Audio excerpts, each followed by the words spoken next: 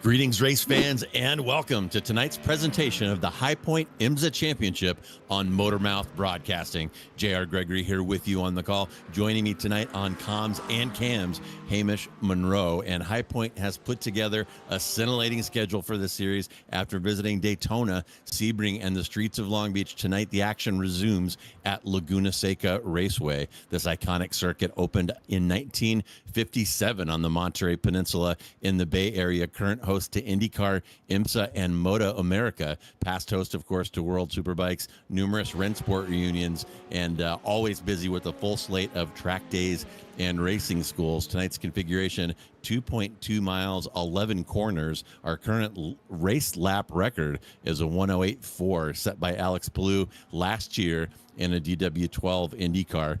And Hamish, I was out here on the Monterey Peninsula in May for IMSA competition. I got to tell you, there is nothing like seeing these new prototypes making that 60-foot drop down the Corkscrew, to say nothing of this fantastic LMP2 and GT3 field. So we should have a pretty good race on our hands tonight. I think we're going to be in for an spectacular race tonight, JR. I think it's this season's already proved to give us some phenomenal racing across the first three rounds. You mentioned Daytona, Sebring, and Long Beach.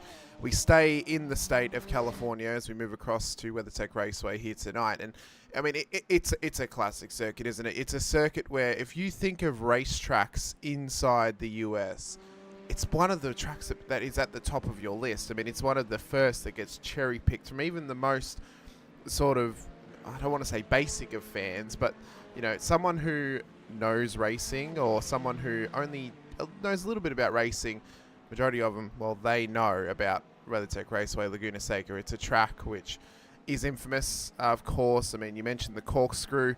There's under trays on those GTPs and those LMP2 cars maybe crying as they approach it every single lap here tonight.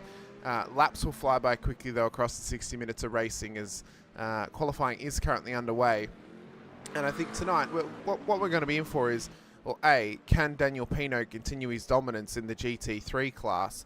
And B, will there be a different manufacturer that can take home the victory in the GTPs? Because it has been Porsche all the way across the first three seasons. Three different winners in the first three rounds of Adrian Puebla, Tim Keen, and Aaron Lewis.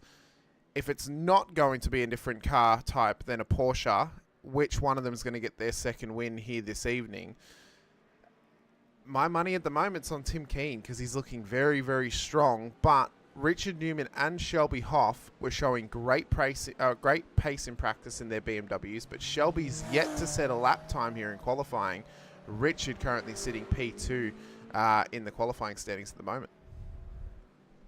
Yeah, and if any of you caught that IMSA race that I was referring to back in May, you know how that one ended with a couple of 963s up front, despite a valiant effort for a last lap pass by one of those BMW prototypes. And I might as well get it out of the way now. I'm a Porsche guy, and I had a smile on my face when that IMSA race ended. But yeah, we should be in for some great racing out here. This is an older horse, and you know, you can call it classic, but that's kind of a euphemism for old in terms of its design. So passing and traffic are going to be critical here, maybe even more so than they are on a typical IMSA weekend. There's a couple of great places to pass, obviously. There's a couple of long straights where these prototypes are going to be able to get through traffic easily, but the real question is, are they going to be able to exercise patience in the areas that are more difficult to get through? And in particular, I'm thinking about the run down out of the Corkscrew through turn 9.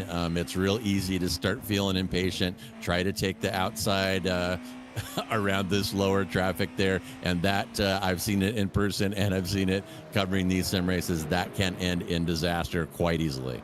Well, I'm glad you said you're a Porsche fan, JR, because I am as well. I'm only a Porsche fan because of Matt Campbell, so I'm also just dying inside because he has not won as many races this season as Felipe Nasr has in IMSA.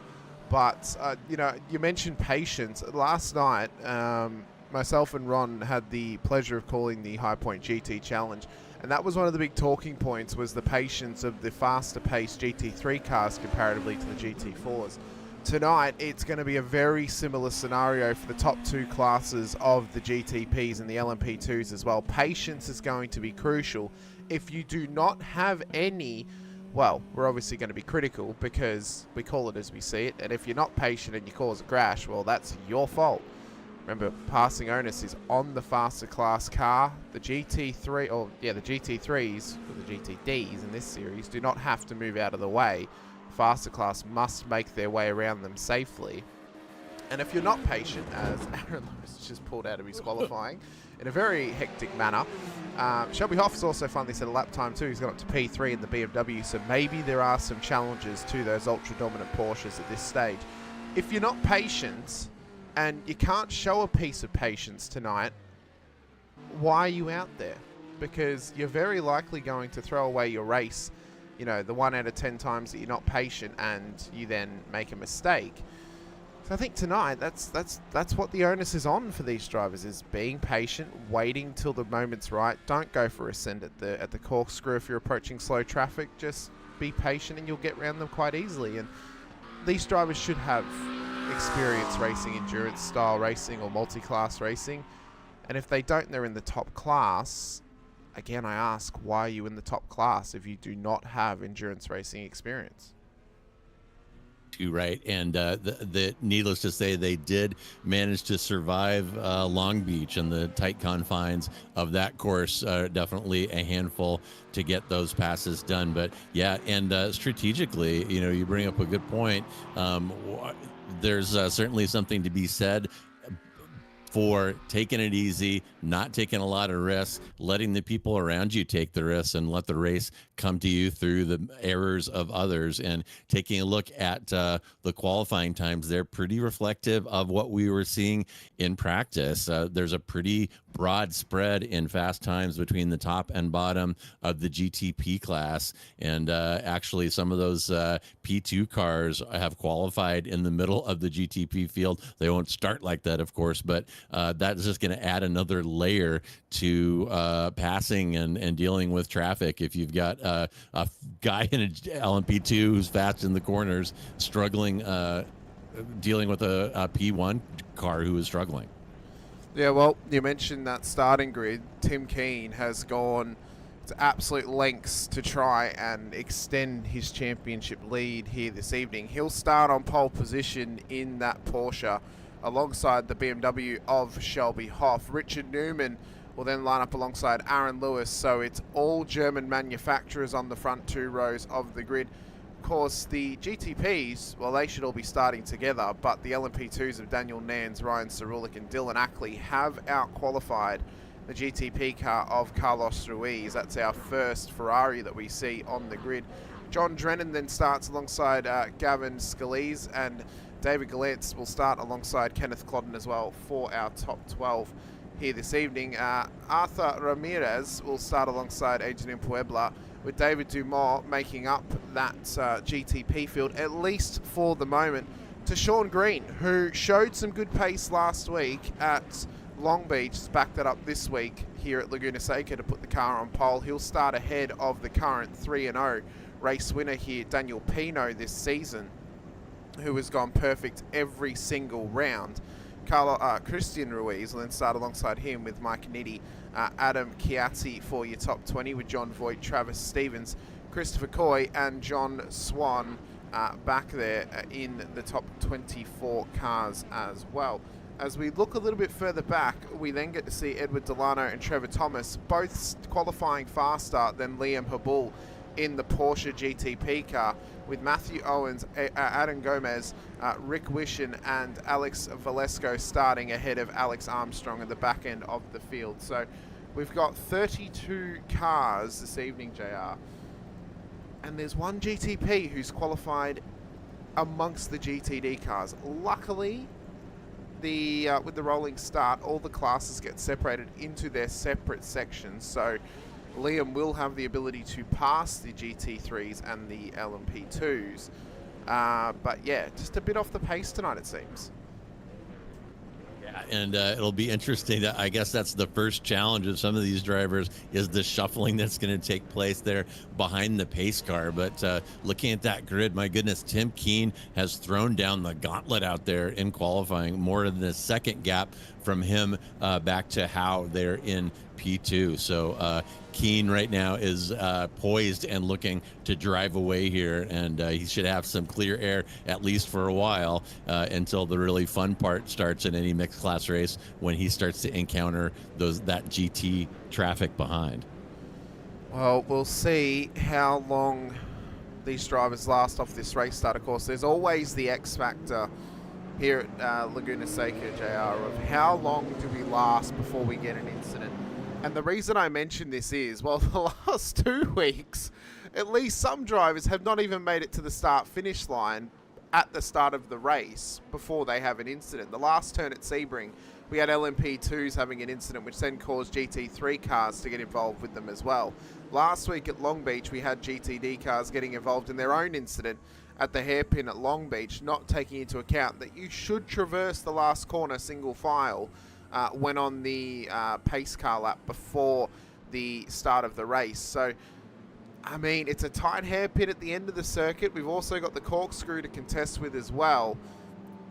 At least this track's open, but so was Sebring. So, you know, I'm hopeful we at least make the start-finish line without getting an incident, and we make the first 10 minutes without getting a pace car, because we've only encountered that the last 2 weeks of starting the race with a safety car. So fingers crossed for these drivers, and fingers crossed they can keep it nice and clean. Absolutely. And, you know, in these league situations, you kind of anticipate we're 4 weeks in now to the season, and each weeks that go by, in theory anyway, the drivers are getting a little better. They're getting more accustomed to one another.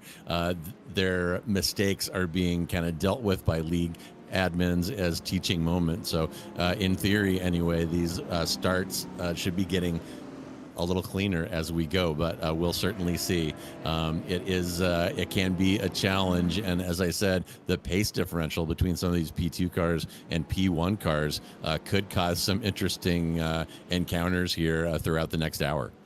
Well, we'll see how controlled they can be off the race start. We'll see how clean they can be. 60 minutes of racing is what you've got on offer tonight, ladies and gentlemen, here at WeatherTech Raceway Laguna Seca. The safety car pulls into pit lane. Tim Keen will have control of the field. Shelby Hoff is having a couple of blinking issues. Hopefully that does not cost them here tonight.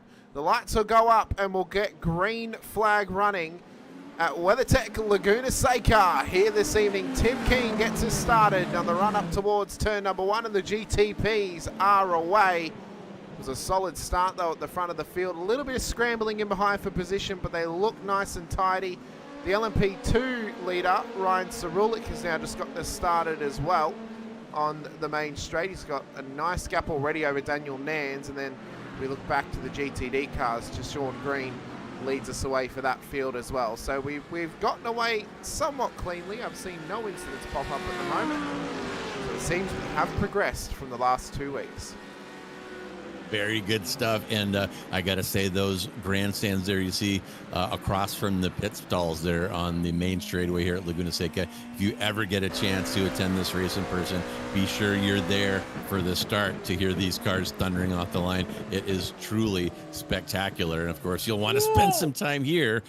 Probably want to stay on the tarmac there, as you see a cut in the coming out of the corkscrew there. That is going to be a slowdown for sure. I think that was Newman there taking an adventure through the kitty litter. Yeah, so Keen crossed the corkscrew, so he's copped that slowdown, but he's been saved by the fact that Newman ran it wide at the very next corner, who is struggling for grip in this BMW at the moment. I mean, I know he's probably got a lot of the kitty litter on those tyres, but he is just dropping at this stage. I mean, and it's at these points of the race and those, you know, early mistakes where you think to yourself, you just got to take a breath, get yourself in check and in line, and just try and push forward as best you can.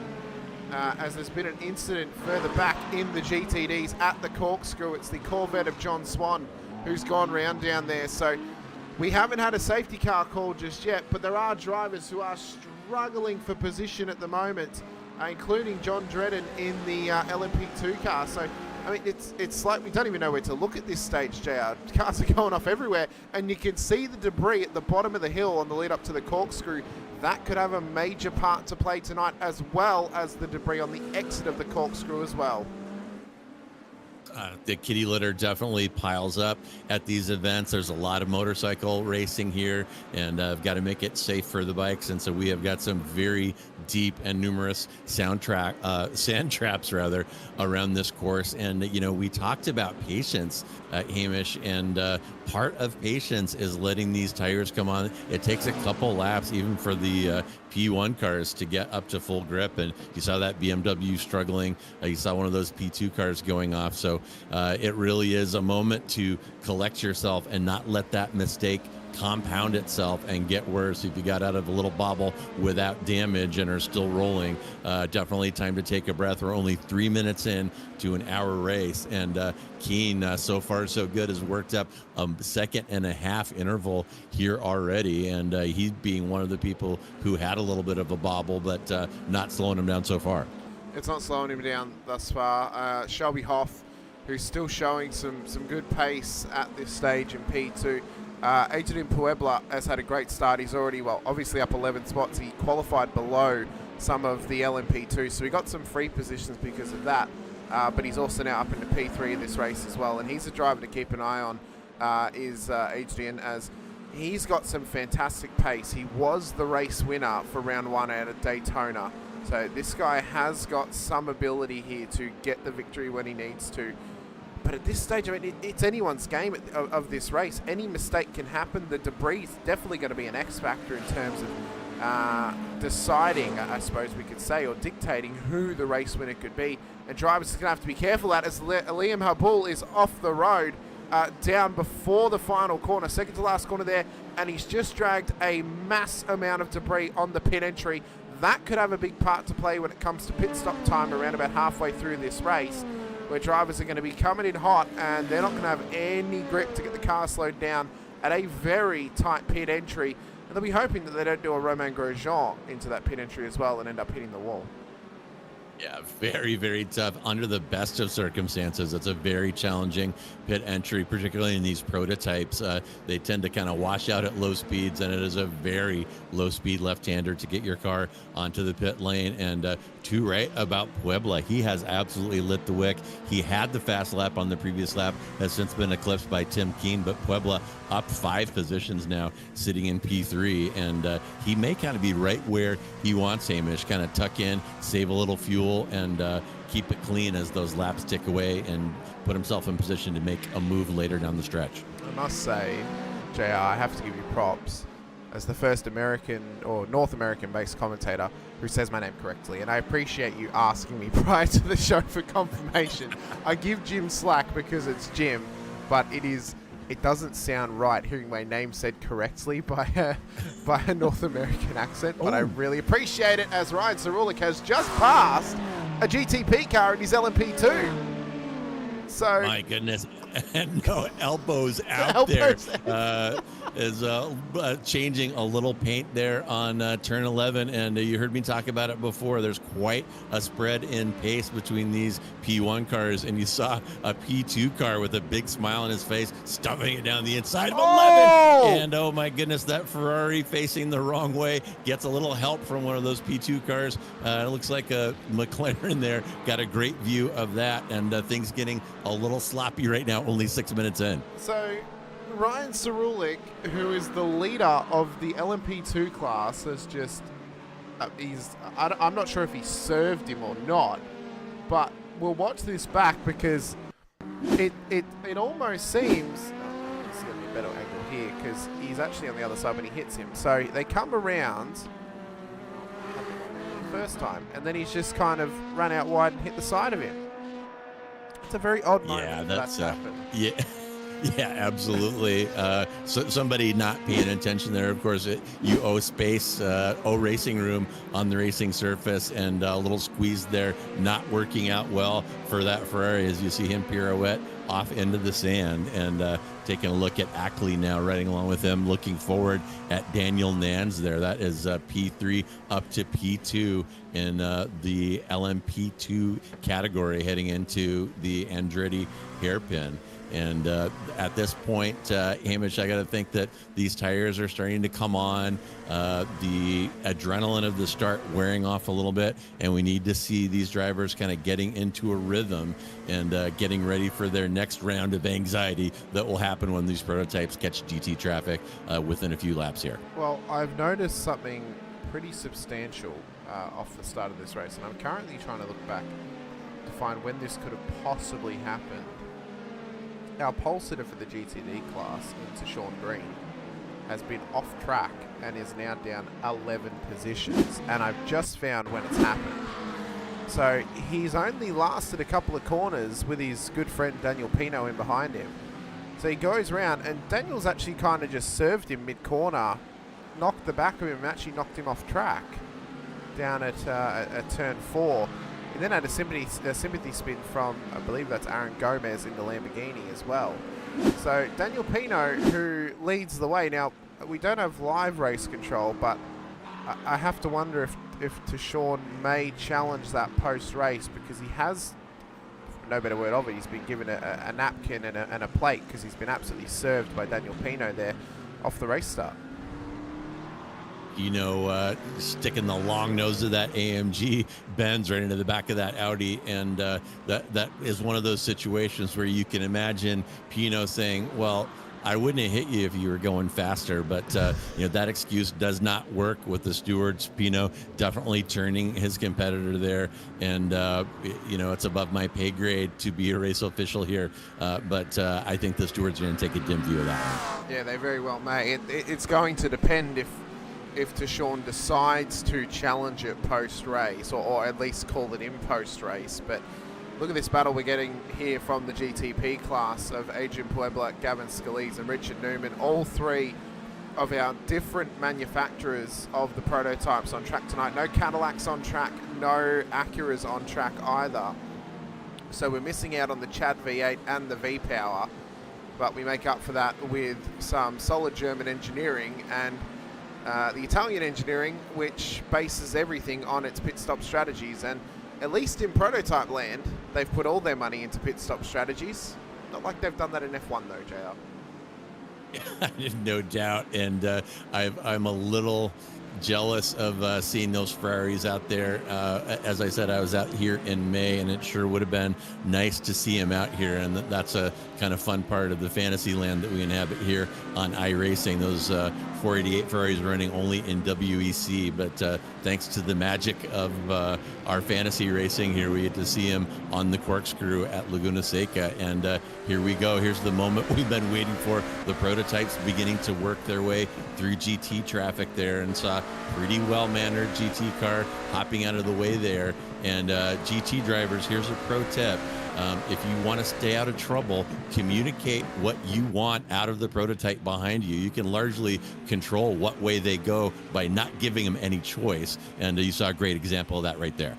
Yeah, it's the old adage of stay predictable, stick to your racing line. I mean, these cars have got a world's amount of pace over the GTD cars, and as you said, you force them to take a line. If you stay with your racing line, they're forced to go on the outside. They could easily go on the outside with the amount of grip that they have with the ground effects. So you don't necessarily have to move. Like we just saw then, John Voight in the Acura take his regular racing line, forced Adrian to be patient. Might have been some other drivers on some other days who would have decided, no, I'm just going to send it up the inside here. I'm in the GTP, I'm in a faster class, and 9 times out of 10, JR, it normally causes contact and maybe causes a bit of a tiff over the radio as well. Too right, and I will expose myself right now as a GT3 driver, so my sympathies are going to be with them. Obviously, the responsibility is on the faster car to make the pass safely. But again, as I said, kids, if you don't want the prototype doing something, going to a place you don't want them, cover it off. And the prototype drivers are going to be grousing hearing me say that. But when I'm in my GT3 car, I see one of them coming. I want to become the puppet master and force them to go the way that I want them to go. I don't want to give them a choice as they come up behind me with that tremendous closing speed. Yeah, it's, you know, I'm a GT driver at heart as well. I've done more endurance races in a GT car than a GTP car. By factor of I've never done an endurance race in a GTP car. I have driven the GTP, but I've not actually done an endurance race in it. I don't know. I personally find the GT class a much more cruisy effort than trying to race in the GTP and dealing with going past the traffic, or being in LMP2 and trying to go past traffic and then balance letting the traffic come past you as well. But I mean, outside of that, I'm an LMP3 guy. I love the LMP3 car. I love racing pilot challenge stuff. That's about as top class as I get. And yeah, I mean, it's a lot of fun. You get to race the Raw before the 24 at the start of the year. And I mean, I love it so much, JR, that after my bad luck last year of not being patient with the GT4 field, and then that caused me to crash, this year I'm just going to be patient, I'm going to wait, and it allowed me to win by a lap in the LMP3 car. So take my words however you want. Patience will benefit you in the long run, and you know, drivers are already showing that they are being patient tonight. And we saw that first turn with Adrian there when he waited just the last lap to get past the Acura. Could have sent it up the inside, but he decided, no, I'll wait until the straight. I've got the pace, I can get this job done. And Keen looking super smooth there up front. He's recaptured the fast lap. It's gone back and forth a couple times between him and Pueblo, but right now Keen is your fast man on track with a 1:14.528, and that is almost a full second faster than Pueblo. And there is a little side-by-side action between a couple of those P2 cars down in that is the Andretti hairpin, and somebody going a little blinky right there. You don't like to see that at speed, but good respect and good clean space given, and good racing through the hairpin that time.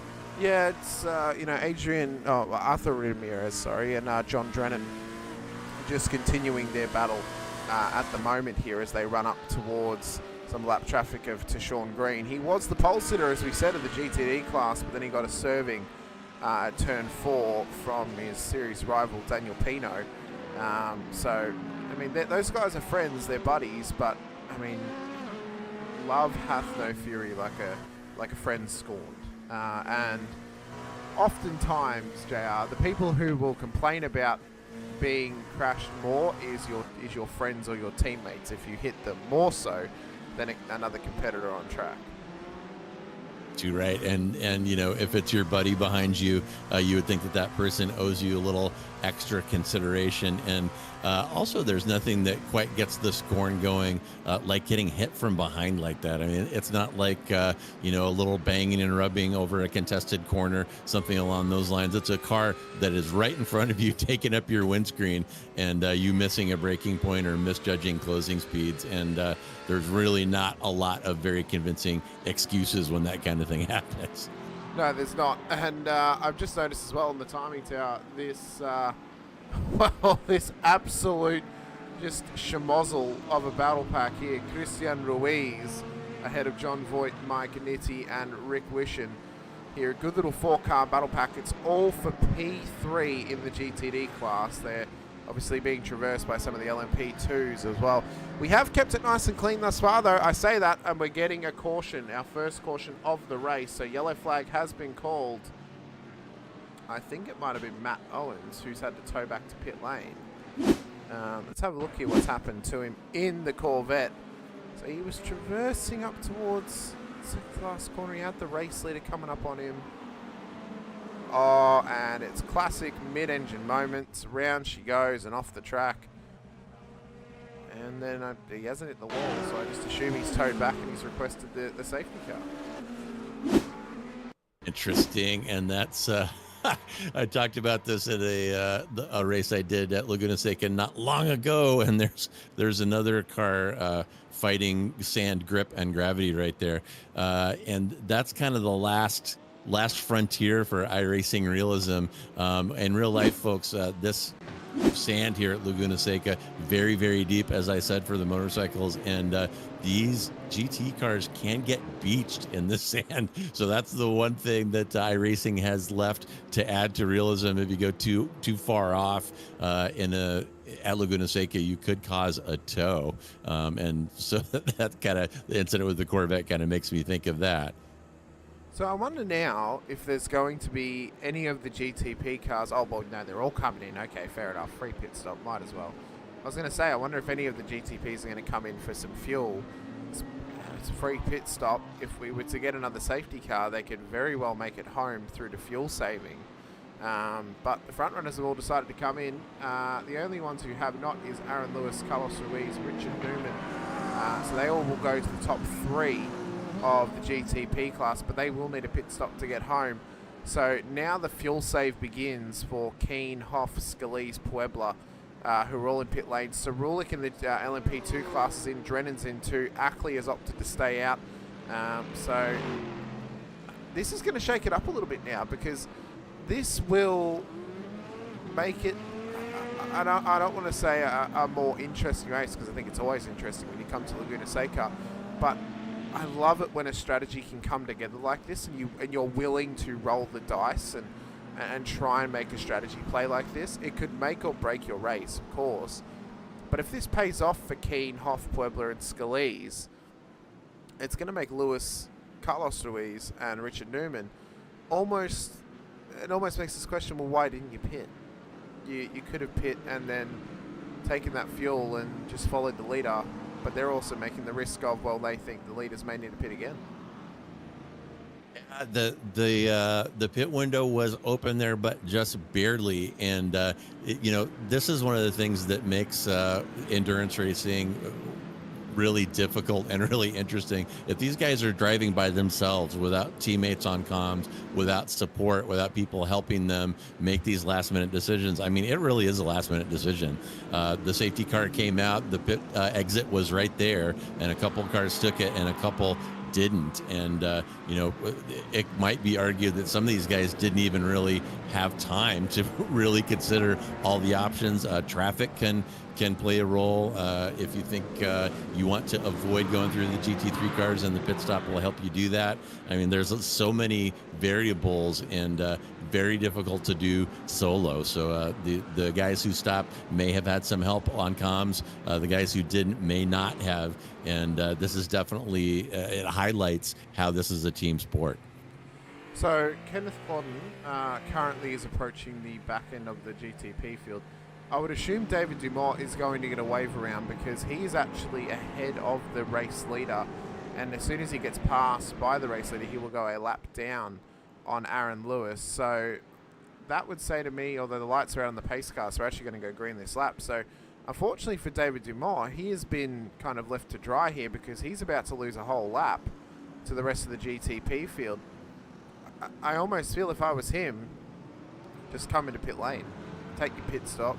You're going to give up your lap anyway, and if you get a pace car, well, you'll get a wave around, you'll be back on the lead lap, and you'll have some fuel on board for it. So yeah, I don't know, this is it's a tough moment for him. I mean, would you come into pit lane if you were in his scenario right here, JR, of you're right in front of the class leader and you aren't getting a wave around to at least get a lap back, and you're at risk of going a lap down? That again, I think is probably a little bit over my pay grade. If I was in his seat, I would be really hoping that I had a teammate on comms telling me what to do, because again, there are so many variables, 20 minutes in, 40 minutes remaining, a lot, and so many variables on the table. That is a very, very tough call. Well, it's either you come into pit lane and you take your fuel stop to give up the lap, although the lights are actually still on the pace car, so it seems like we're going another lap here. I think it's been extended because Trevor Thomas has had to jump to pit lane. So he may get the wave around now if this has happened, but that's going to be up to the admin, of course, if they want to give him a wave around. Yeah. Because it's either you get the wave around or you drop back in line behind all the cars. So, I mean, I think if I was in his shoes, I mean, you know it's been extended and you're not getting a wave around. Just come to pit lane, take the stop. You'll go a lap down, but at least you'll be at the back of the GTP train, because when you exit pit lane, you can then pass the GTDs and the LMP2s, and you won't be stuck behind the slower traffic, so you can just push on. But it will be, obviously a lot harder then to come back being a lap down. Yeah, I don't know. I'm thinking strategy. I'm thinking, how do you play the strategy now to at least get something out of this race? As I've just seen as well, Christopher Coy and Rick Wishon have just had an incident under safety car at the Corkscrew here, JR. So it's all falling apart whilst we're slowly traversing this track. And the longer this pace car period goes on, the better it works out for those guys who pitted under the safety car, especially in the GTP class of Tim Keen, Shelby Hoff, and Adrian Pueblo. Yeah, and that the kind of inexplicable move there by the Roxy 992 GT3 kind of driving through the car stationary in front of him under caution. And my goodness, in real life, the race officials would be looking at your licensing if you're unable to miss a car sitting right in front of you under caution. Yeah, interesting stuff happening here under safety. The lights back off now, and there goes your wave around. But yeah, we saw the lights go off and back on, and this safety period has been extended a couple laps here as Dumas finally getting a chance to drive off. So hopefully we're going to go green this time around, and hopefully Dumas can make it all the way back around without further incident. Well, hopefully he can, as he has been, as you said, given that wave around. If I was him, I would punch it past the start-finish line, get to the back of the field, and come in next lap. I wouldn't come in this lap because it wouldn't be worth it, because then you're still going to go a lap down. So he's going to have to traverse this whole Laguna Seca track on his own, keep it clean, and then come straight into pit lane as soon as he comes back around again, because he could make it home, relatively speaking, from this point of the race if he were to pit. So that's now the challenge for David Dumas, and if he hopes to get back into this race by challenging the rest of the GTP cars, he's going to have to hope for another safety car. Safety car's in though. Aaron Lewis will have control of the field. Top three cars yet to take a pit stop here at WeatherTech Raceway Laguna Seca. And it's green flag once again as Lewis gets us underway up the main straight and up the crest of Laguna Seca. He's done well off the start line, but the scrambling of the GTPs in behind him is already happening here as Newman Ruiz looking to go side by side already, as Clodden and Scalise as well battling in behind. So these GTP cars getting back underway. Tim Keen, Richard Newman off the road at turn 4, as is Kenneth Clodden. So a couple of the GTPs obviously didn't keep the tyres warm, and off the road they go, all by turn 4 off the restart.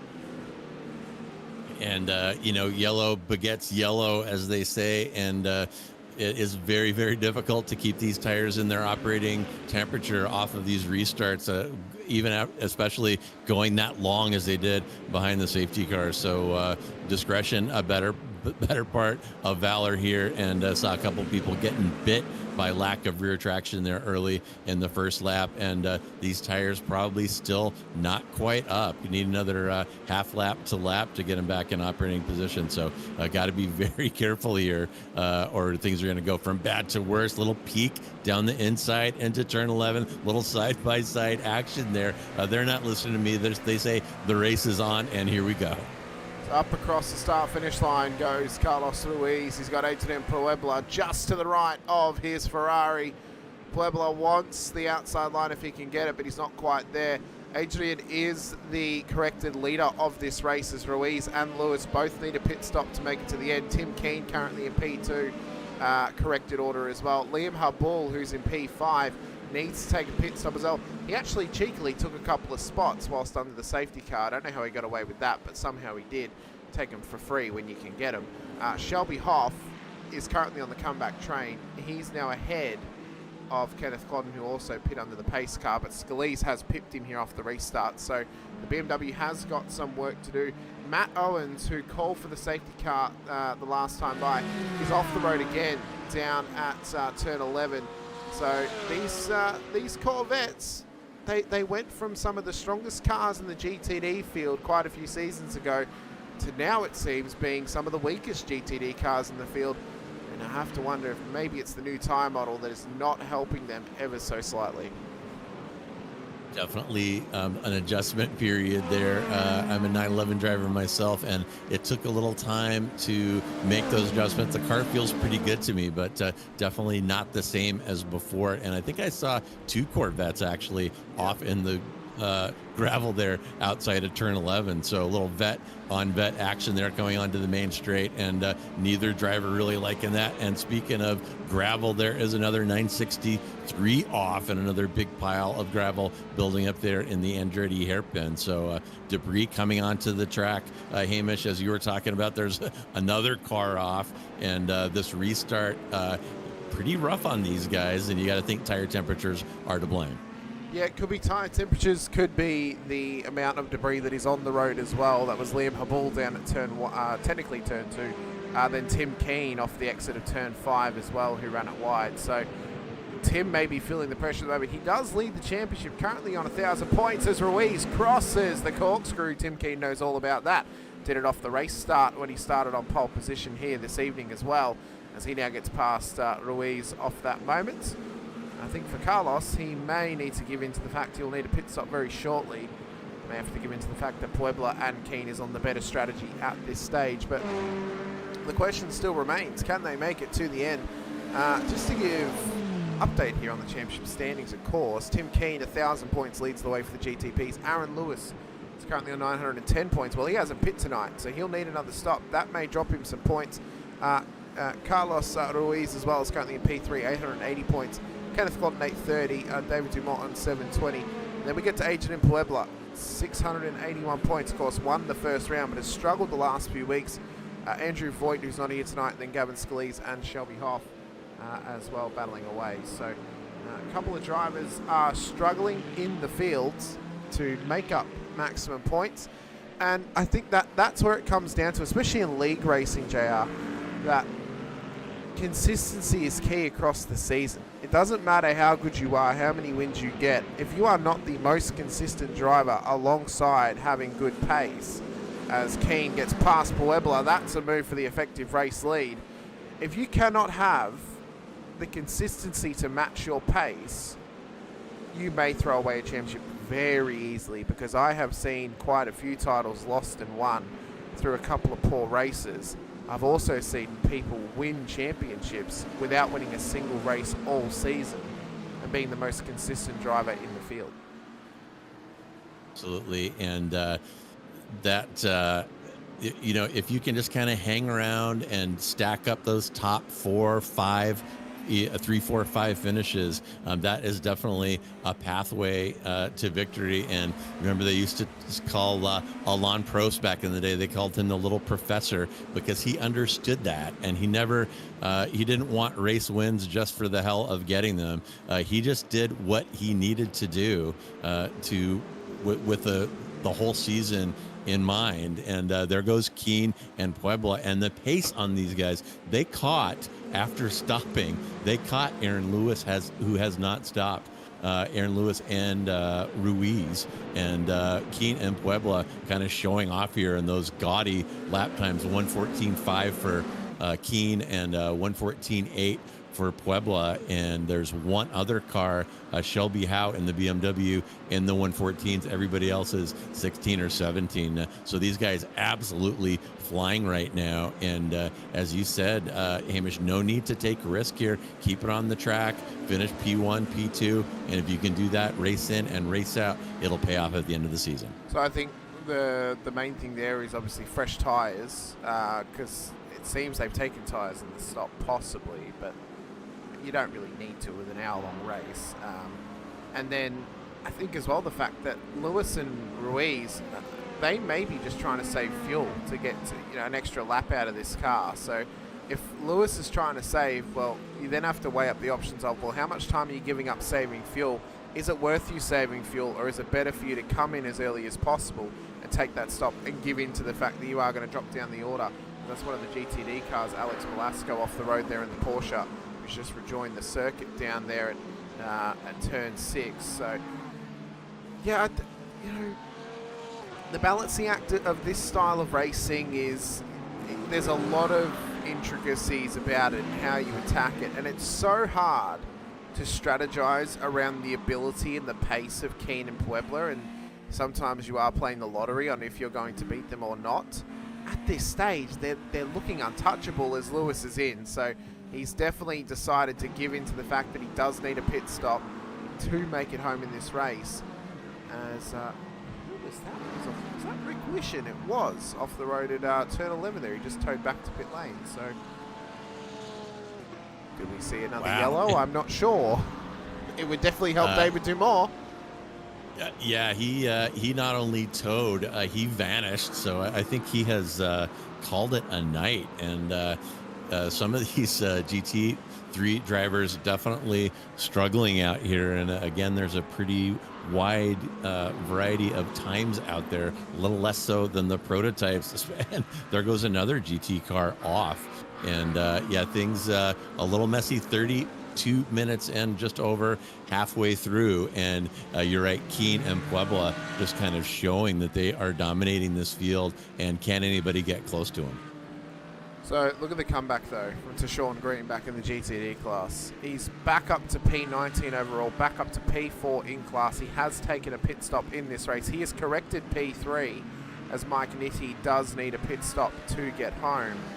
This could play into the hands well here for Tashawn, who looks to make a move on John Voigt. This will be for corrected P2 in class. It'll be P3 at this stage. Daniel Pino, though, still looking untouchable in this GTD field. He looks to go 4 and zip tonight at Laguna Seca. Sets him up well before Detroit Belle Isle next week.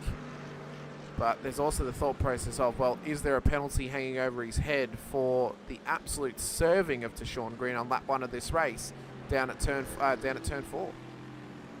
Yeah, and Green definitely making that caution work for him. He's all the way up into P3 right now, which is really P2 because Nitti has yet to hit, and it has an 8-second gap between him up to Pino. And get your popcorn ready, folks. If Green is able to reel in Pino in the next 25 or so minutes, and we'll see how those guys work out their contact from prior. But Green definitely very well served by that caution. Well, not just if he can drag him in, if there's another caution, all of a sudden he'll be right on the back of him and ready to put the pressure on him as well. We're right on board with Richard Newman, who will traverse down towards the final couple of corners. He's got Gavin Scalise just ahead of him. Scalise, who has taken 2 pit stops in this race, is in the correct position of P3 at the moment. And again, it's then the thought of keeping it clean, taking your pit stops when you can. And even with 2 stops in an hour-long race, he sits in a very solid position at the moment by not getting the car off track, keeping himself, to his wits' content, keeping himself nice and tidy. Richard Newman is putting the pressure on him at the moment, does need a pit stop in this race, but there is the fast-approaching Shelby Hoff in that BMW in behind them as well, who has shown a wicked pace all night, not just through practice, not just through qualifying, but in racing conditions as well. He's putting on a hell of a drive right now. He's about 2 seconds off the P2 runner currently, Puebla. And despite the lack in pace, keeping it clean and being consistent, paying dividends. And we're kind of beating the dead horse here, folks, but that is the nature of endurance racing. It's not a sprint. You got to see the long game in the race and in the season. And oh my goodness, there is a little peek down the inside by Newman in that BMW. Scalise holds him off temporarily, but that is not going to stick. And Newman and Hoff both looking to push past Scalise here. And Scalise may be well advised to kind of take a breath and let those guys through to avoid contact, because they very nearly came together in the corkscrew. I have to wonder if he knows that Newman needs a pit stop. But then there's also the thought process of, if you're Newman and you know you need a pit stop, why are you trying to send it so hard as they enter turn 1? Up the inside he goes. Hoff says, thank you very much, I'll take the spot too.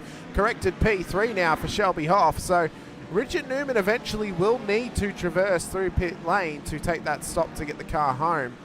And the fact these guys are going so long on this stint, even with the safety car, that makes me think that those people who did pit in the GTPs at the start of the pace car period, they may be able to make it home on this one stop.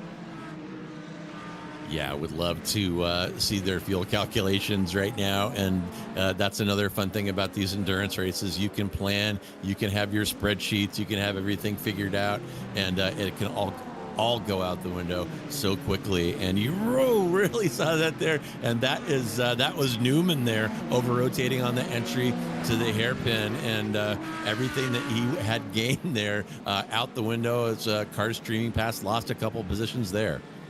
He's also lost a position to Carlos Ruiz, who is in the same boat as Newman, needs a pit stop in this race to make it home. So that has definitely lightened the load now for Shelby Hoff and Gavin Scalise, and it's made the pressure cooker. It's turned it up just to another level now for Newman. Eventually, you do have to give in to the inevitable of you need a pit stop to come home. You don't have enough fuel to make it to the end unless you get an abundance of pace cars, as they just come past the race leader of the GTD field, Daniel Pino. To give an update on the LMP2s, Ryan Cerulic is leading the way by 6.9 seconds at this stage. Just to give you the rundown on those championship standings at the moment, Dylan Ackley does lead the way on 975 points. Jason Blaine and John Espada, who are not racing tonight, are P2 and P3 in the championship. David Gallant, Daniel Nans, Nicholas Johnson, Lakin Shaw, Arthur Ramirez. Ryan Cerulic is all the way back in P9 in the championship standings, JR. And a win tonight could go a big way towards trying to challenge the front of the field in terms of that championship standings. I often believe that, we mentioned the consistency, but I always asterisk that with 9 times out of 10, if you want to win a championship, not only do you have to be consistent, you're very likely in a 10 or 12 round series need at least 2 wins to put the pressure on the championship standings. If you've only got 1, it's very difficult for you to be consistent enough to challenge someone who may have 2 or 3 wins ahead of you. So for Ryan, if he wants to get back into this title race, he needs to solidify this win tonight, and then perhaps next week at Belle Isle or the week after, he needs to try and get a second to really sink his teeth into the opportunity of winning a championship here in the LMP2 class, which actually, I say that, he has already taken a race win. So tonight would be his second. All of a sudden, that puts him in the championship hunt once again. Yeah, absolutely does. And that's kind of the nature of the top-heavy scoring in IMSA. Those P1s and P2s have a lot of beef to them, and racking up a few of those can definitely make a big impact on the overall points. And taking a look at Cerulic there and driving away right now. He's looking pretty good. I don't want to jinx him, but got about an 8-second gap behind, and actually the entire P2 field very spread out. Only 4 of them on the lead lap, and the P4 car actually barely on the lead lap. So the P2 cars stretching out their field considerably. And as we look at about 20 minutes left in this one. Yeah, I was just wanting to look at what happened to Alex Armstrong, because I saw him parked down here, down at turn 11. So he's just copped a minor spin there. I think maybe catching some of that debris. I noticed it when I saw Ruiz and Habul in pit lane. Now Ruiz has had a 1-minute long pit stop. That says to me he's had a stop hold.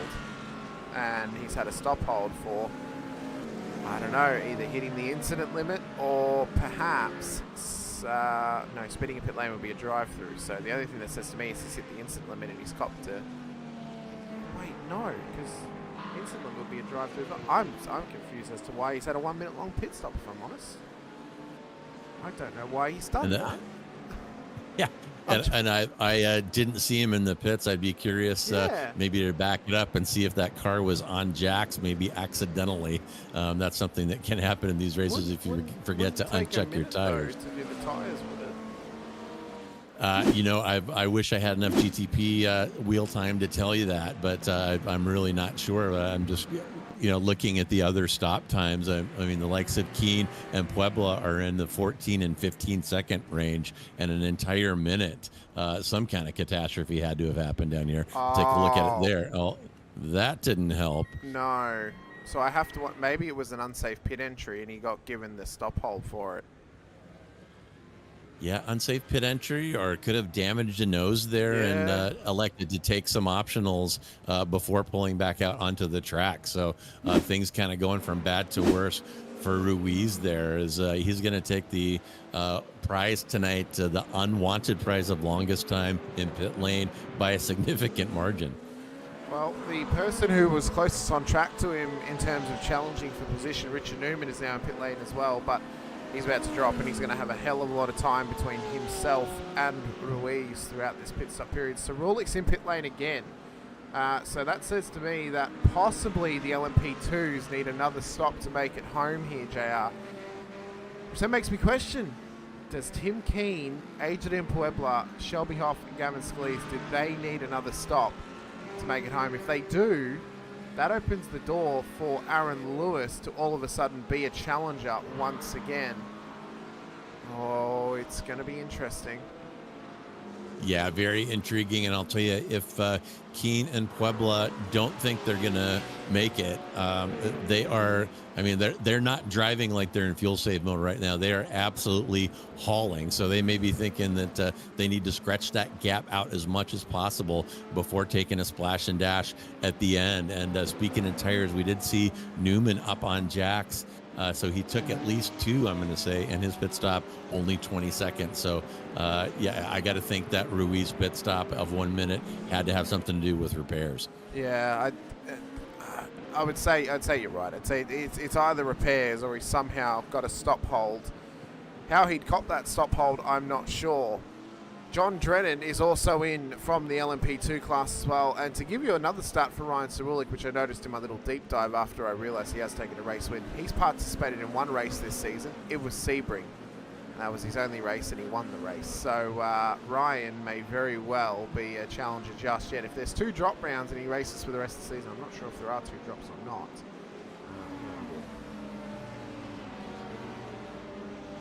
Doesn't say anything about 2 drops or not. I'm unsure.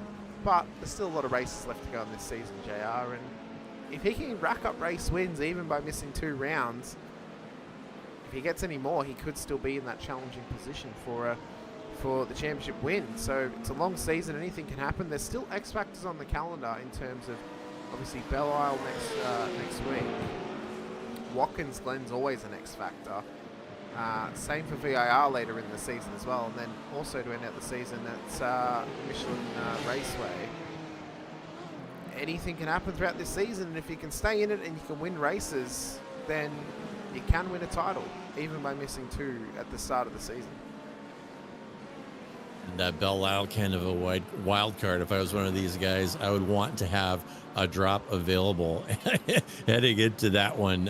It's a track that a lot of folks tend to avoid, I think, and maybe not have a lot of seat time, a lot of practice time. And so we could see some unaccustomed people at the front of the grid on that one and at the back as well. So definitely a good identifying that one as a wild card.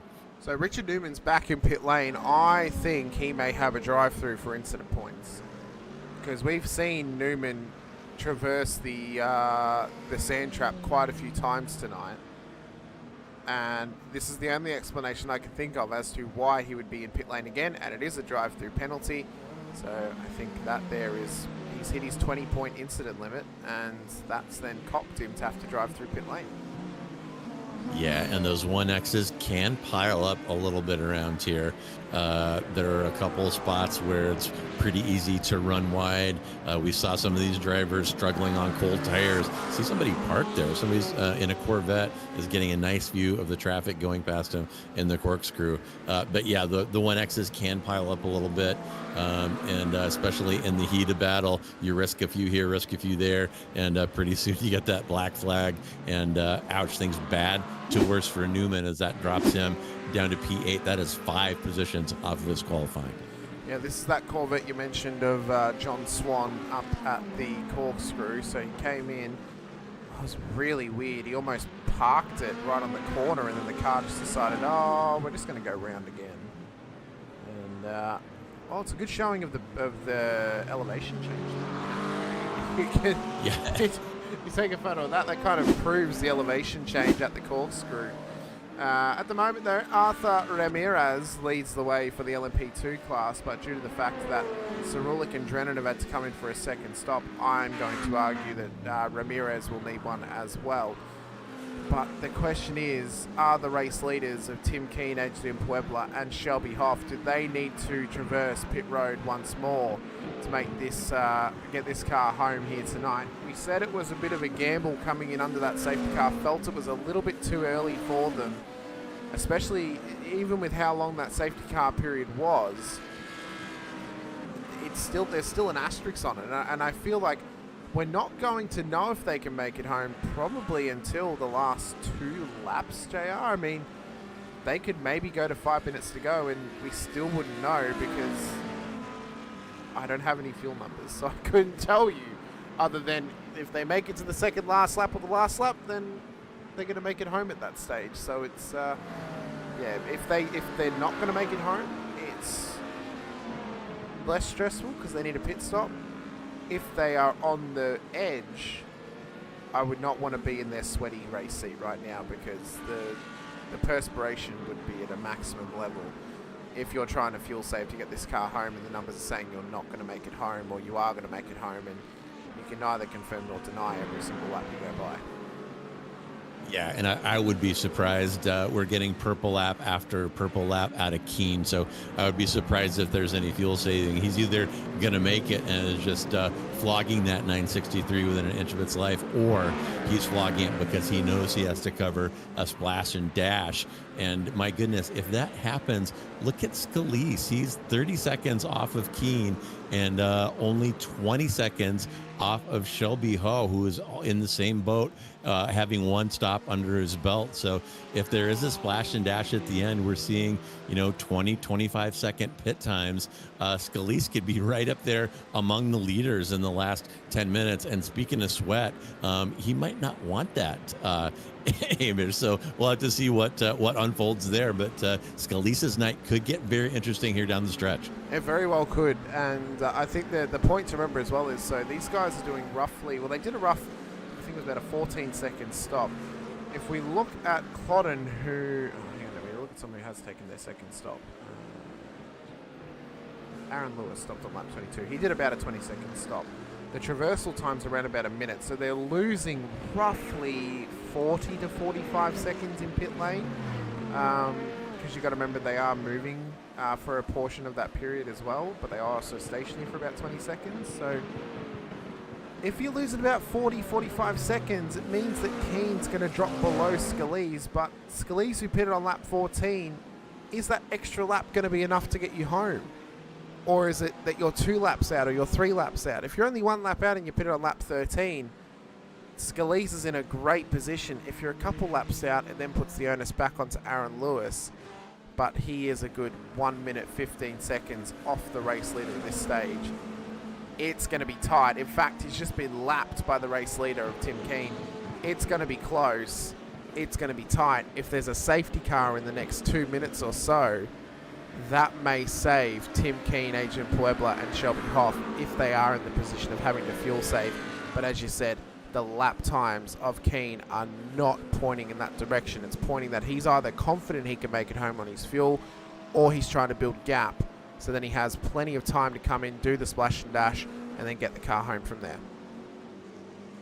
And take a look at Keen for a little bit here and just look at the smooth way that he pilots that 963, hitting that left-hander up the hill toward the Corkscrew beautifully. You watch him slow, bring it across that apex and down the hill, power on, letting it drift outside. So great to see these things in person, which I had the privilege to do, as I said, last May, coming up on a little bit of traffic right here. But yeah, these things look great, they sound great, and we are really living in a new golden age of sports cars brought on by these hybrid prototypes, both in real life and here on the iRacing service, and I'm really enjoying it as a fan and as a driver.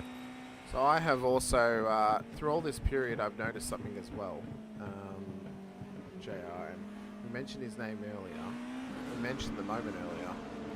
Sean Green is now leading the GTD field. He has passed Daniel Pino. Now these guys pit on the same lap, on lap 12. as Liam Hubble's back in pit lane as well from GTP.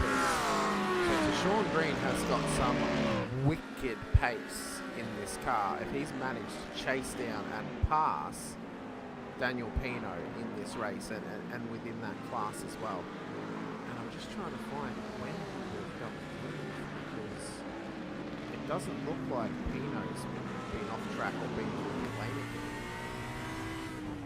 Oh, no, and Pino right there. He did go off track. He did go off track. Sorry, he had a minor off track down at the second to last corner at turn 9. It was only a very minor one. Yeah, his last lap about 11 seconds off of pace. So something definitely happened there. Pino still with him, only about a 6/10 gap ahead. But Pino having some kind of issue there and maybe a little karmic payback. Oh, it was a slowdown. Got a slowdown there. Yeah, so he copped a slowdown, and that's allowed to Sean past him.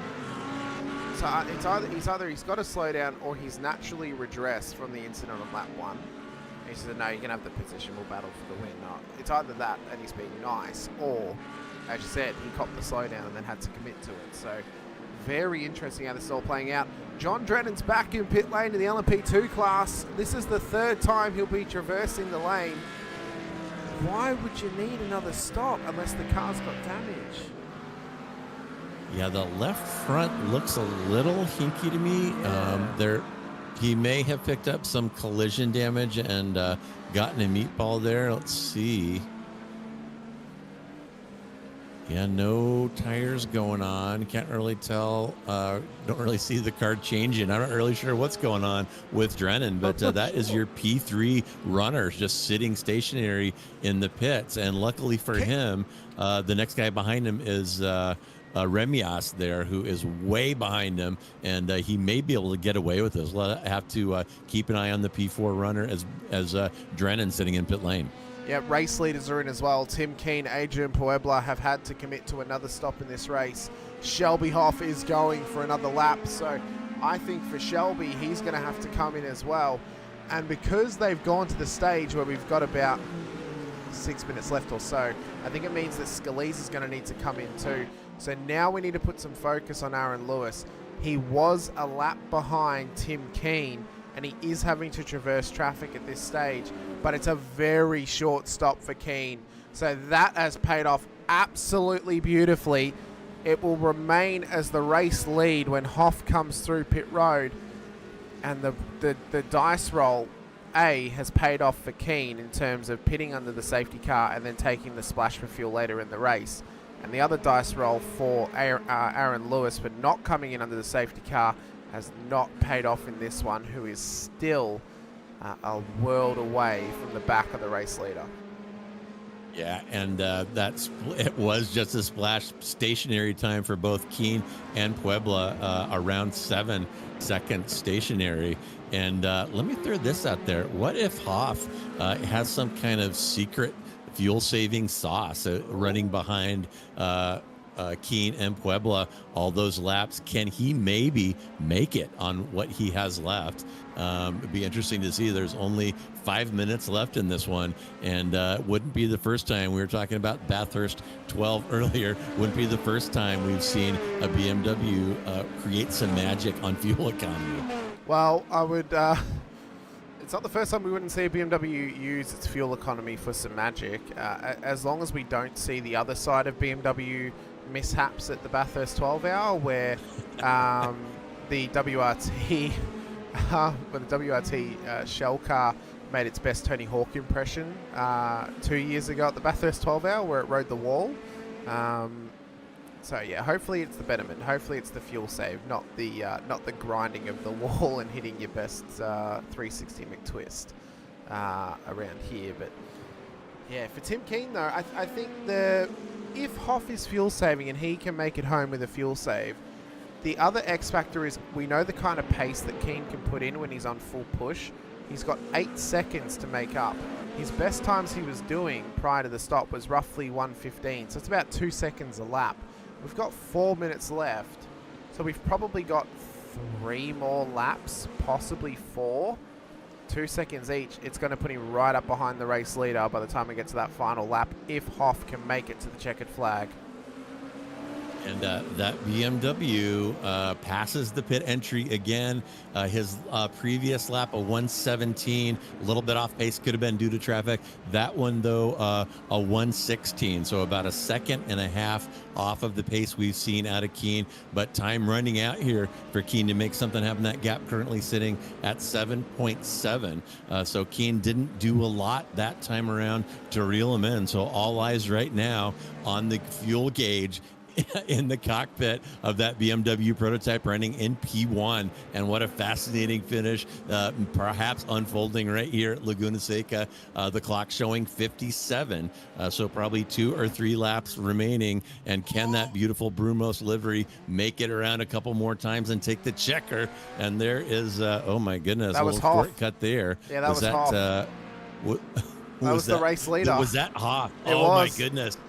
It was the race leader at the Corkscrew, so he's absolutely blown it up, and he's having to come in. So, oh my God, it could have been a fuel save game, but I don't think it was. I think he knew that.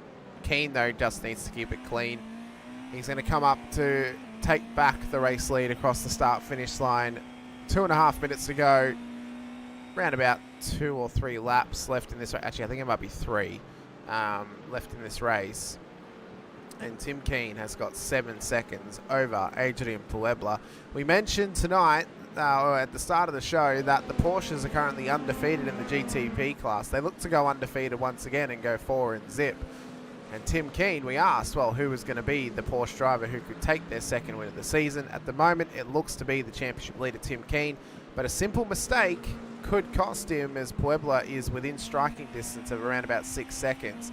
Take advantage of a slowdown or a mistake and hit the wall of Tim Keane in this race. So it's not going to be over until the checkered flag flies, but for Keane, he just needs to cruise this car to the NJR. Does not need a push. He's got plenty of time back to Puebla, and with only roughly, it might be 1 more lap. It may be white flag this time by if he catches the start finish. Actually, no, it will be white flag this lap. So it'll be 1 to go. So Keane just has to keep it clean for the next 2 or so miles.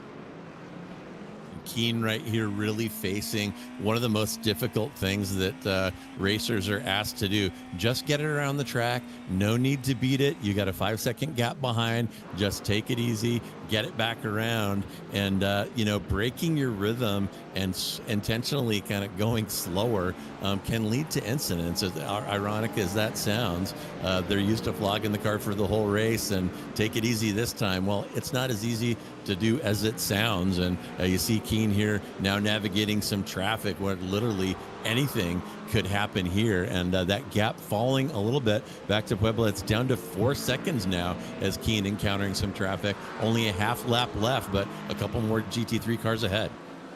Yeah, the time between Keane and Puebla is slowly dropping, but I completely agree. Just not let off the gas completely, because that can then lead to mistakes and incidents because you do break rhythm.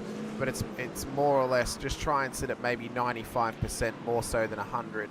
Only 2 corners left to go though for Tim Keane in what has been a whirlwind race of strategy plays and strategy games and dice rolls to your heart's content as well. Turn 11 for the final time, and up towards the start-finish line. Porsche will go 4-0 in the High Point Racing IMSA Championship, and it's the 2nd win of the season for Tim Keane, ahead of Adrian Puebla and Shelby Hoff on your podium here this evening for the for the GTP class.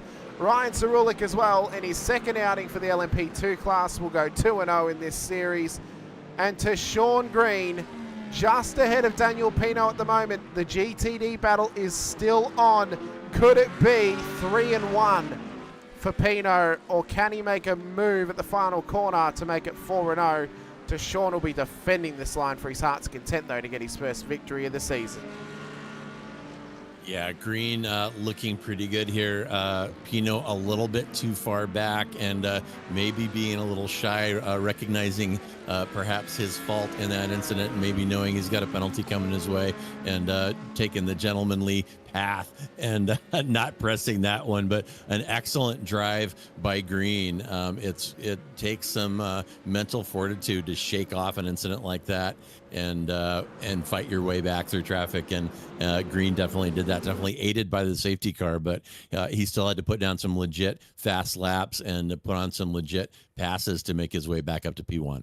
Yeah, he did, and he drove a very, very strong race all throughout here this evening, as did Tim Keane, now two-time race winner in this series. The first driver this season take 2 wins in the GTP class. He will extend his championship lead prior to us going to Detroit Belle Isle next week. Of course, it's as close as we can get to the actual Detroit street circuit that they run in the IMSA series. How good would it be, though, JR, to get the modern Detroit street circuit in? I'm a big believer that more street circuits are a good thing for iRacing. I know we're getting what is technically a street circuit, the Miami street circuit. I know that we're getting the Adelaide street circuit as well. Let's get the new Detroit in there, and let's get St. Petersburg.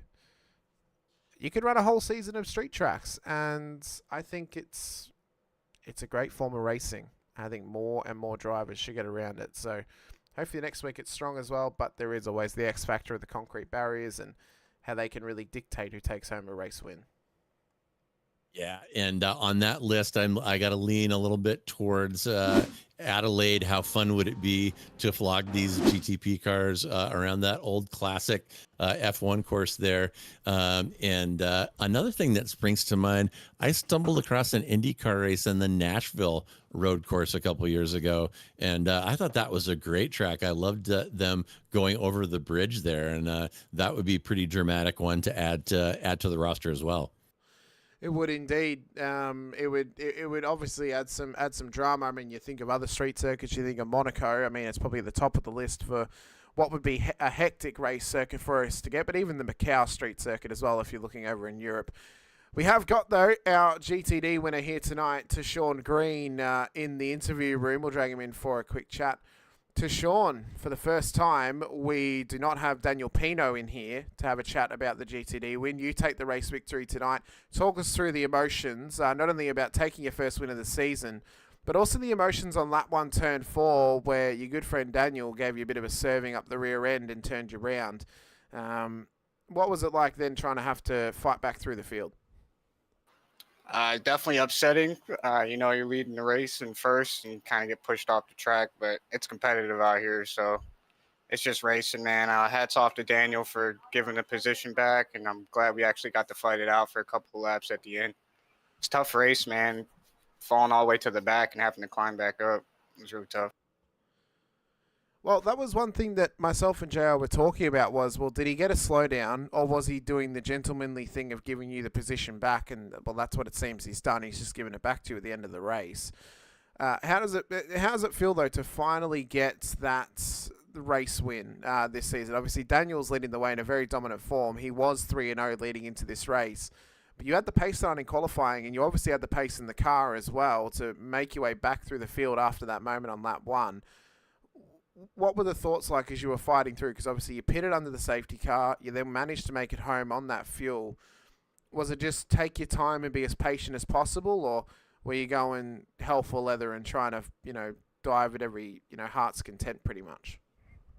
It's a little bit of both. You got to mix the good with the bad of the race and, stay on it, but don't overdo it and spin the car out. It feels really good. 4 weeks. I actually took Daniel's O away, so that feels really good. He's a stand-up guy, man. I'm glad I'm a part of his team, and it's really cool that we get to race against each other in here. He's a really stand-up guy for giving the spot back, really is. So I'm going to ask you the same thing that I ask Daniel every week as well. There is an asterisk on it that you can do it. You don't have to if you can't. I would not expect that of you. But firstly, is there anyone you want to give a shout out to? Anyone you want to give thanks? And, anyone who may be watching out there that, you just want to say, hey, thanks for watching or thanks for the support. First and foremost, I want to shout out my wife. She got really sick a couple months ago, and she fought through it back to her health, and I raced for her and my son. Shout out to my team, best guys around, wouldn't want to race with anybody else. And shout out to you guys broadcasting the races, everybody watching, man. It's a really good community we got here. Okay. Thank you so much, though, for not only coming and have a chat to us and giving those shout-outs. And now is the asterisk question of, if you can answer it, as Daniel would, please do. And I'd say this completely Absolutely jokingly. Are not. you able to answer it in Spanish as well? No way. Okay, very good. Thank you, guys. I thought it'd be a good one, but no, thank you so much to Sean. Congratulations on your race win. Best of luck next week at Detroit Belle Isle. Thank you, guys. See you there. Thank you. I love the fact, JR, that when Daniel was winning, we could do the old F1 strat of having him answer the question and then doing it in Spanish afterwards as well, since he is from Chile. But no, not to be tonight with Daniel not winning the race, obviously. Next up, though, P1 in the LMP2 field. Ryan Cerulik is about to have a quick chat here with JR Gregory. All right, we've got Ryan Cerulik here in the booth with us, and great drive today, Ryan. It seemed like a big part of the race today was just keeping it clean, staying out of trouble, which you did very well. The LMP2 field spread out quite a bit in that race, and you had the pace and consistency to kind of drive off. So how was that race from your perspective?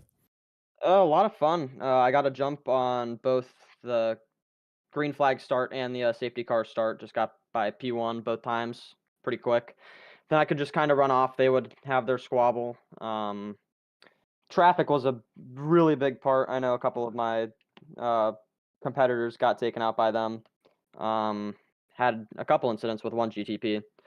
And I had to keep it clean for a while. I was limping to the checkered, I guess, on 2X for over 50 minutes. So, or not 50, sorry, more like 40, 30. But yeah, just a lot of incident avoidal, yeah. But yeah, fun race. Didn't really have anyone to fight, but still fun. And we are talking about the special seat kind of a P2 driver is in this field. You got to make the passes on the GT3 cars while watching your mirrors for those P1 cars, and you definitely made it work. And yeah, tip of the hat on that restart. I did notice that you completely drove off from the people near you like they were driving pulling an anchor. So very well done there. And looking forward at the schedule ahead, is there anything that stands out? Any track that you're really looking forward to, or any track that you're dreading on the schedule next couple of weeks? I mean, the last 5 tracks, all of my favorites, honestly, assuming VIR is the full course. I don't know why they do north or south. The only one I'm kind of not looking forward to is Detroit. That one's going to be very chaotic with all 3 classes on, with how many incidents there are as well, especially at Laguna.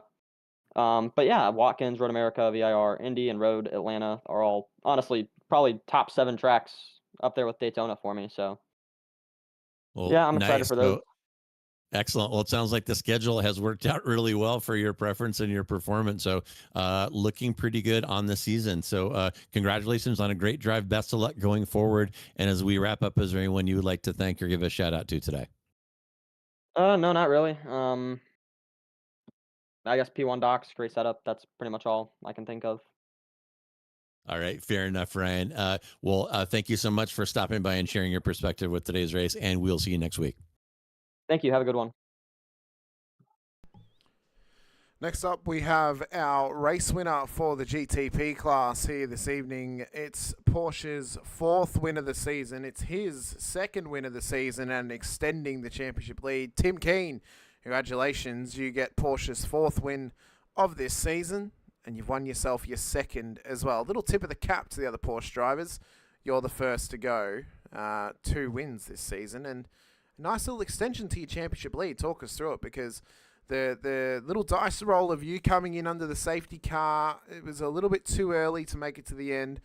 But then there was the other dice roll of the likes of Aaron Lewis, who didn't pit under the safety car, and that didn't pay off for them in the end. Give us your thoughts. And was that as soon as safety car was out, it's like, yes, I'm pitting, or was it you approached the pits and you were like, no, I'm just going to come in and take the fuel because it's a free stop? Saw the safety car, I kind of in my gut knew that I was going to pit. I was really upset that Aaron didn't follow me, to be honest. Like, shit, I could have swore he was going to follow me, but didn't end up working out. I knew the strategy was probably going to play off because I wasn't on a fuel save strategy, so I was just all out to the very end. I was just praying that Shelby was going to have to pit at the end there because, heck, I knew he was going to be able to probably outrun us considering he spun and he was back there.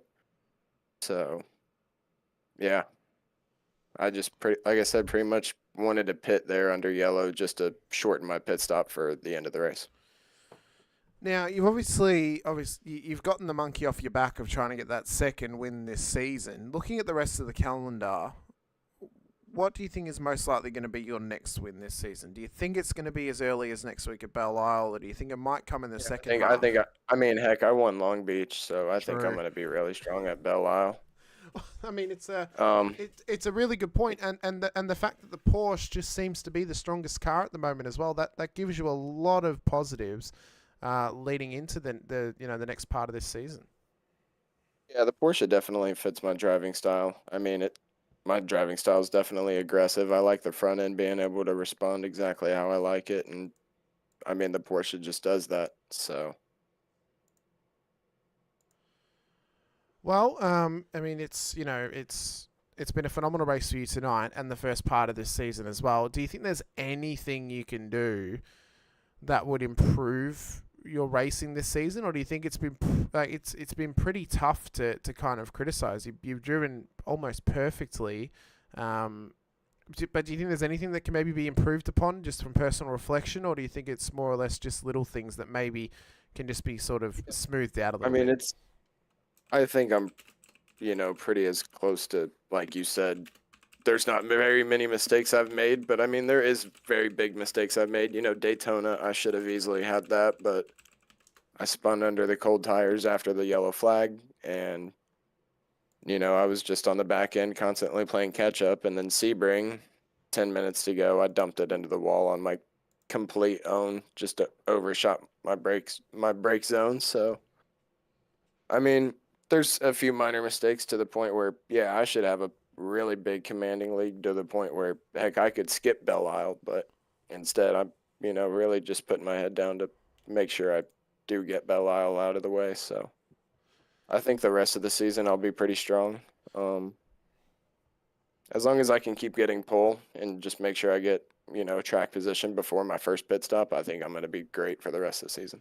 I think, of course, at Belle Isle next week, Watkins Glen the week after, they're probably the two biggest tests, at least for the rest of this season. Every other track's pretty wide and open aside from Road America at the end of the season. So if you can... I think another one that'll be honestly really interesting at the end of the season is VIR. Yeah, I think so too. Because you go off track. GTP hasn't... Yeah, you go off track. Yeah, GTP doesn't even run there. So, I mean, it's really hard to, it's really hard to dictate how that race is going to go, considering, you can't watch highlights from a real life race unless you go back to I think 2014.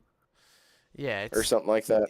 It's a track that I think, I'm not the biggest fan of VIR, but I often say that coming into a race, and then the race surprises me and it's actually very good. But VIR is always that X factor of it's tight, it's a longer circuit as well, and if you get dragged off track, you get dragged off track. Like, you are in the weeds and having to try saving the car. Yeah, no, it's in the grass at that point. So I think that one there, I think the biggest test for that one will be being patient, picking your times when you come past the slower traffic, and just keeping it on the tarmac will be as hard as anything. And I think... Agree with you, but I think Belle Isle will also be the same test, will. Because it's no different than Long Beach. It's just a patience game. Yeah, keeping your nose clean and just making sure you stay with the traffic. Yeah, I think, next week at Belle Isle, it's going to be that factor. I think the week after at Watkins Glen's going to be a very similar feel as well. I think the beauty with Watkins is we've at least had the 6 hour not too long ago, so some drivers should have some experience of racing around there in this class type of GTP, LMP2, GTD as well. But it's a very popular race if you just look on the official races. So yeah, I think everybody will be really strong at Watkins. I mean, heck, everybody was really strong at Daytona. That's true. Heck, another race that honestly surprised me was last week. Last week really surprised me with how actually clean it was. I thought it was going to be a mess. I think they got it all out of their system on the warm-up lap prior to the start of Yeah, the on race. Sebring. Yeah, well, at Yeah. Sebring, and then the GTs had a crash last week at Long Beach at the final corner before they even got the Yeah, that's start-finish right. line. So Yeah. they kind of all got it out of their system prior to the actual race starting. So I think that worked in its favour. But Tim, a phenomenal effort once again. Your second win of the season, the 4th win for Porsche this season as well. Let us know who helps get you out on track. Anyone you want to give a shout out to as well. For myself and JR in the booth, congratulations on this race win and extending this championship lead. Thank you. Greatly appreciate it. Again, shout out to you guys. You guys kill it every week. And then also shout out to my mom and dad who will be watching. So love y'all. And I'm out of here. I'll see y'all next week. No worries, Tim. Best of luck next week at Belle Isle in surviving the Motor City concrete jungle. I'll definitely take the look. I appreciate it. No worries. Well, JR, what a race it was. It threw us everything, didn't it? It was a real motley crew of every little thing you could ask for out of Laguna Seca. We got it. It was mistakes being made, the debris on the track, the safety car, the strategy play. It had a bit of everything, didn't it? And I think if you wanted to condense down an endurance race into an hour-long session, this was probably the way you do it. And this is probably a good example of, well, how do you explain a 12-hour race? Watch this 60-minute race. This is all the things that can happen across 12 hours or 6 hours when you go racing at a track like this in a series like this. That's you, right? It definitely had every ingredient, and particularly the strategy element. It's so easy to come into this, come into a race like this, kind of assuming how it's going to go, having a plan, and having that plan go right out the window and go out the window early. And it kind of reminds me of that Mike Tyson quote, everybody has a plan till I hit him in the mouth. And Laguna Seca was throwing some hard rights, lefts, and uppercuts out here. And you saw him land quite a few. And Keen definitely put together an excellent drive. Soralik and to Sean Green, a tip of the hat to our winners out here who really rolled with a lot of those punches. And you saw the result. They made things happen down the stretch and ended up on the top of the podium.